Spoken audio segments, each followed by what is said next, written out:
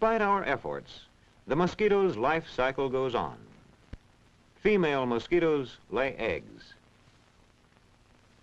The eggs hatch into larvae that feed and grow and molt.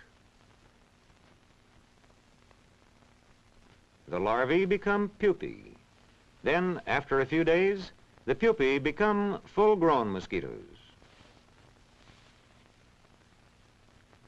The life cycle, or metamorphosis, of the mosquito is complete, but its danger to man is just beginning. It, along with billions of others that rise from the breeding places, may annoy people and carry diseases to them the world over.